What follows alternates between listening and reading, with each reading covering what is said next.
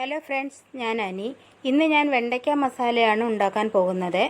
ഇത് ചപ്പാത്തി, പൂരി, പൊറോട്ട ഇതിൻ്റെ കൂടെയൊക്കെ നമുക്ക് കഴിക്കാൻ വളരെ ടേസ്റ്റി ആയിട്ടുള്ള ഒരു കറിയാണ്. ഇത് നിങ്ങൾ എല്ലാവരും ട്രൈ ചെയ്തൊന്ന് നോക്കണം. ഈ റെസിപ്പി ഇഷ്ടമായാൽ പ്ലീസ് സബ്സ്ക്രൈബും കൂട്ടത്തിൽ ആ ബെൽ ഐക്കോണും കൂടി ഒന്ന് ക്ലിക്ക് ചെയ്തേക്കണേ. ഇതിന് നമുക്ക് ഏതൊക്കെ ഇൻഗ്രീഡിയൻസ് ആണ് വേണ്ടുന്നത് എന്ന് നോക്കാം. ഇതിനു വേണ്ടി 300 ഗ്രാം വെണ്ടയ്ക്ക രണ്ടായി മുറിച്ചത്, 2 സവാള പൊടിയായി അരിഞ്ഞത്, 2 തക്കാളി പൊടിയായി അരിഞ്ഞത്, 1 ടീസ്പൂൺ വെളുത്തുള്ളി ഇഞ്ചി പേസ്റ്റ് അല്ലെങ്കിൽ ചതച്ചത്, 1 പച്ചമുളക് ചെറുതായി അരിഞ്ഞത്, ശകലം കറിവേപ്പില, 1 ടീസ്പൂൺ കാശ്മീരി ചില്ലി, 1 ടീസ്പൂൺ മല്ലിപ്പൊടി, 1/2 ടീസ്പൂൺ മഞ്ഞൾപ്പൊടി, 1/4 ടീസ്പൂൺ ഉലുവ വറുത്ത് പൊടിച്ചത്, ശകലം ഗരം മസാല, ശകലം മല്ലിയില. ഇത് ഇഷ്ടമുള്ളവർ മാത്രം ഉപയോഗിക്കുക, ഇല്ലെങ്കിൽ ഇത് സ്കിപ്പ് ചെയ്യാവുന്നതേ ഉള്ളൂ. ഉപ്പ് ആവശ്യത്തിന്, 3 ടേബിൾ സ്പൂൺ ഓയിൽ, ശകലം ജീരകം. വേണ്ടിയിട്ട് ഒരു പാൻ അടപ്പത്ത് വെച്ച് ഒരു 3 ടേബിൾ സ്പൂൺ എണ്ണ ഒഴിച്ച് ഇത് ചൂടാക്കാൻ വെക്കുക. ഇത് ചൂടായതിന് ശേഷം ഇതിലോട്ട് ഈ വെണ്ടയ്ക്ക ഇട്ട് നമുക്ക് ഫ്രൈ ചെയ്തെടുക്കാം.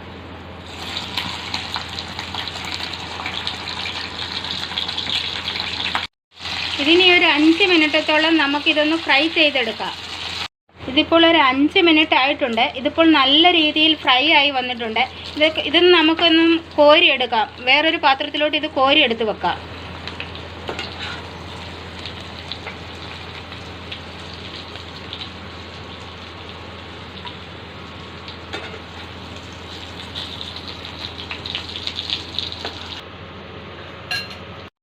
വെണ്ടയ്ക്ക ഫ്രൈ ചെയ്ത എണ്ണയിലോട്ട് തന്നെ നമുക്ക് ജീരകം ഇട്ടൊന്ന് പൊട്ടിച്ചെടുക്കാം.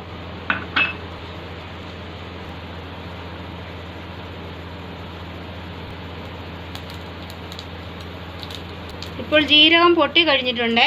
അതിനകത്തോട്ട് നമുക്ക് കറിവേപ്പില ഇട്ട് പൊട്ടിച്ചെടുക്കാം.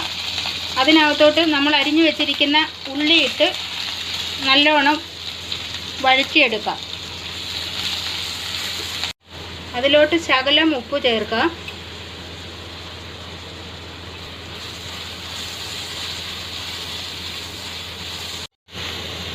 ഇതിപ്പോൾ ശകലം വരണ്ടു കഴിഞ്ഞിട്ടുണ്ട്. അതിനകത്തോട്ട് നമുക്ക് പച്ചമുളക് ചേർത്ത് കൊടുക്കാം. അതിനകത്തോട്ട് ഇഞ്ചി വെളുത്തുള്ളി ചതച്ച് വെച്ചിരിക്കുന്നതും കൂടെ ചേർത്ത് വെക്കാം.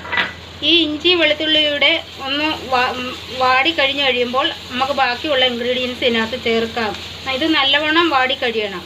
ഇതൊരു ബ്രൗൺ കളർ ആവുന്നിടം വരെ നമുക്കിത് വാട്ടിയെടുക്കണം. നല്ല ബ്രൗൺ കളർ ആയിട്ടുണ്ട്. ഇതിനകത്തോട്ട് നമുക്ക് മഞ്ഞൾപ്പൊടി,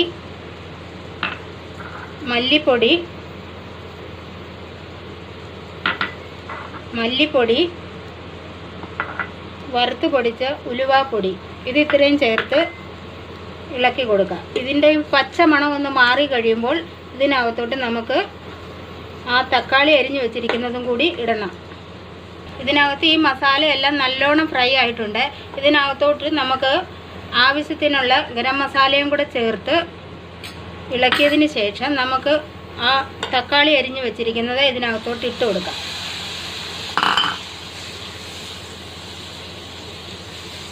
ഈ തിട്ട് ഇളക്കിയതിന് ശേഷം ഒരു നല്ലോണം വരണ്ട് വരുന്നിടം വരെ നമുക്കൊന്ന് അടച്ചു വെച്ച് ചെറിയ തീയിൽ ഇത് പുരട്ടിയെടുക്കാം.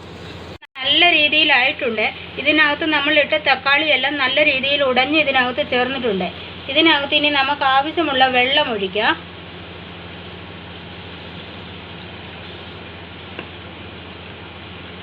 ഏകദേശം ഒരു കപ്പോളം വെള്ളം ഞാൻ ഇതിനകത്ത് ഒഴിച്ചിട്ടുണ്ട്. ശകലം നമുക്കിത് ഒരു വറ്റുന്നിടം വരെ നമുക്കിതൊന്ന് അടച്ചു വെച്ച് വറ്റിച്ചെടുക്കാം. ഇതിപ്പോൾ ആവശ്യത്തിന് വറ്റി വന്നിട്ടുണ്ട്. ഇതിൻ്റെ എണ്ണയൊക്കെ തെളിഞ്ഞു വന്നിട്ടുണ്ട്. ഇതിനകത്തോട്ട് നമുക്ക് ഈ വറുത്ത് വെച്ചിരിക്കുന്ന വെണ്ടയ്ക്ക അതിനകത്തോട്ട് ചേർത്ത് കൊടുക്കാം.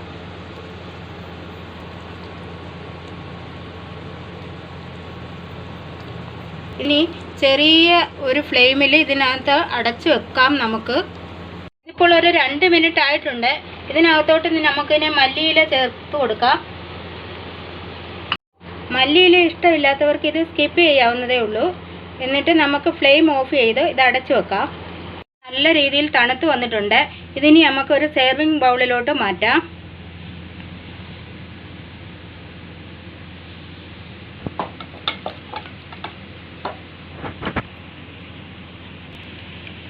ഇതൊരു ഡെക്കറേഷന് വേണ്ടിയിട്ട് ഇതൊരു കറിവേപ്പിലയും കൂടെ വെക്കുന്നു. ഈ റെസിപ്പി നിങ്ങൾക്ക് ഇഷ്ടമായാൽ പ്ലീസ് ലൈക്കും ഷെയറും സബ്സ്ക്രൈബും ചെയ്യണേ. Thank you.